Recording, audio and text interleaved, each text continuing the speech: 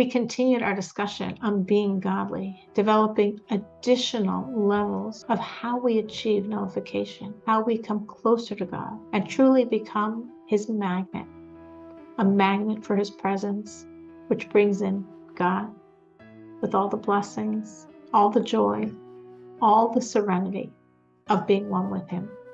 Hope you enjoy. Feel free to subscribe, to share, and to drop a like. Thank you. Of course, this is not supposed to be a theoretical idea. I really want you to try it and see it works. If you give God what you held off giving Him until now, adding or subtracting, giving or refraining, it works. We say, taste and see that God is good. It works. So last week we discussed these 4 levels of nullification that we just reviewed. I wanted to today go through 2 more and then try to do some work on it. We'll see how much time we have. Nullification is the reason for our existence. In other words, this is all deliberate design. There are no accidents here. God created a world that seems separate from Him, full of things, creatures, people, us, all of which think I exist. My pen thinks I exist, and I think I exist. I exist separate from God. And then God gave us the challenge of reconnecting, of nullifying ourselves to Him, of uncovering Him, of coming to the awareness that I am not a separate entity, that I am an extension of God's entity. That challenge continues our entire life. That challenge even continues after our life. Meaning, obviously, the challenge is getting higher and higher and higher and higher levels, more and more refined. But we all experience, wherever we're holding on the totem pole, wherever we are on the spectrum, we experience that challenge.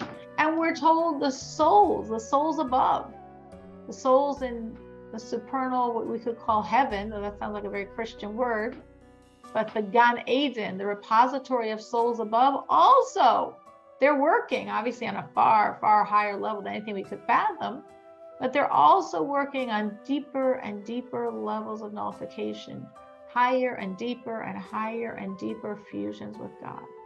It is a lifetime and beyond lifetime journey. Another concept in terms of trying to make nullification practical is the idea of God creating a situation where we have a relationship to a very holy Jew, a very pure, godly Jew, we call it tzaddik, and nullifying ourselves to the tzaddik. And when we nullify ourselves to the tzaddik, this helps us practice, makes our muscles good, at nullifying ourselves to God, especially, of course, when the tzaddik tells us something we don't want to do or something we don't want to hear. But we listen anyway, we do it anyway. So that's a good muscle builder of being nullified to God. There's a Hasidic story, Gerari, family of Chabad Hasidim, very close to the Rebbeim. So this Gerari was his last name. He was very, very close to the 5th Lubavitcher Rebbe, to the Rebbe Rashab. And he was a businessman. And one night he was at an inn. Now, in those days in the inns, they didn't open up their iPhones or their smartphones or their tablets or the radio even, So what'd they do for entertainment? What'd they do all the long winter nights? So they would swap Rebbe stories. They would swap miracle stories of their Rebbe, and that was the inspiration and entertainment. These were a bunch of simple merchants. They weren't Torah scholars, but they all were followers of various tzaddikim, of various holy rabbis. And each one is going around the circle, so to speak, telling the story of their great spiritual mentor, their rabbi, and they had this dire situation, and they went to their rabbi, and they got an amazing blessing, and each story is bigger than the next, and each person has a bigger problem, and there's a bigger miracle, and it's amazing, amazing, amazing. And this chassid, this follower of the Rebbe Rashab, didn't say anything. And everyone knew, his name was Rav Shemaryahu Garari, now I remember his name. And everyone knew he's a very, very close follower of the Rebbe Rashab, the fifth Lubavitcher Rebbe, who's a very big, known, famous Rebbe, a huge miracle worker. And he's a very big, close follower.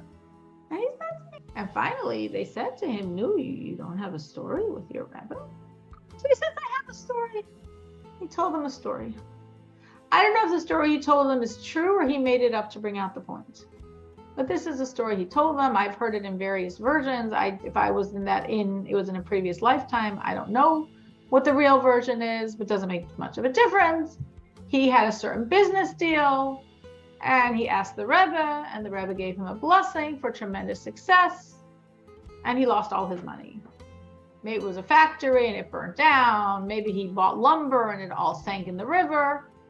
He invested all his money. He lost all his money. So they're listening to this sad story.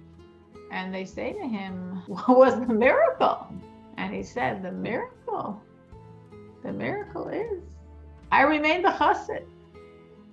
The miracle is, I still believe in my Rebbe. Even though I asked and I received a blessing and I lost all my money, that didn't take away my belief in my Rebbe. I'm still a chassid. That's a miracle. And I really appreciate that story. I probably shared it with you before because I think it's such a powerful story. And again, I don't know if that story is true or he just made it up because he wanted to bring out a certain point to this group of merchants. But it really expresses this idea of nullifying ourselves, in this case to the tzaddik, to the spiritual leader, which again is a muscle builder for nullifying ourselves to God when it doesn't make sense, when we don't see the desired results, and we still believe, and we still nullify ourselves. And that's the story of the Jewish people. The Jewish people's relationship to God is very often, this makes no sense. We don't see how it's working. This isn't the script we wrote. This isn't what we want. But we still believe. We still hold on. We still trust. We still nullify ourselves. So how do we achieve this nullification? It's a mindset. It's a conscious negation of myself to God. The negation of my vision and accepting his vision. And the way I really show that I'm accepting his vision is that I'm happy. I have joy living the life God is giving me. This might not be my version of what I wanted in my life, my vision of how I thought my life was going to be or should be or how I wanted it to be. But I'm joyous in my life because I know this is what God is choosing to give. And that shows my nullification.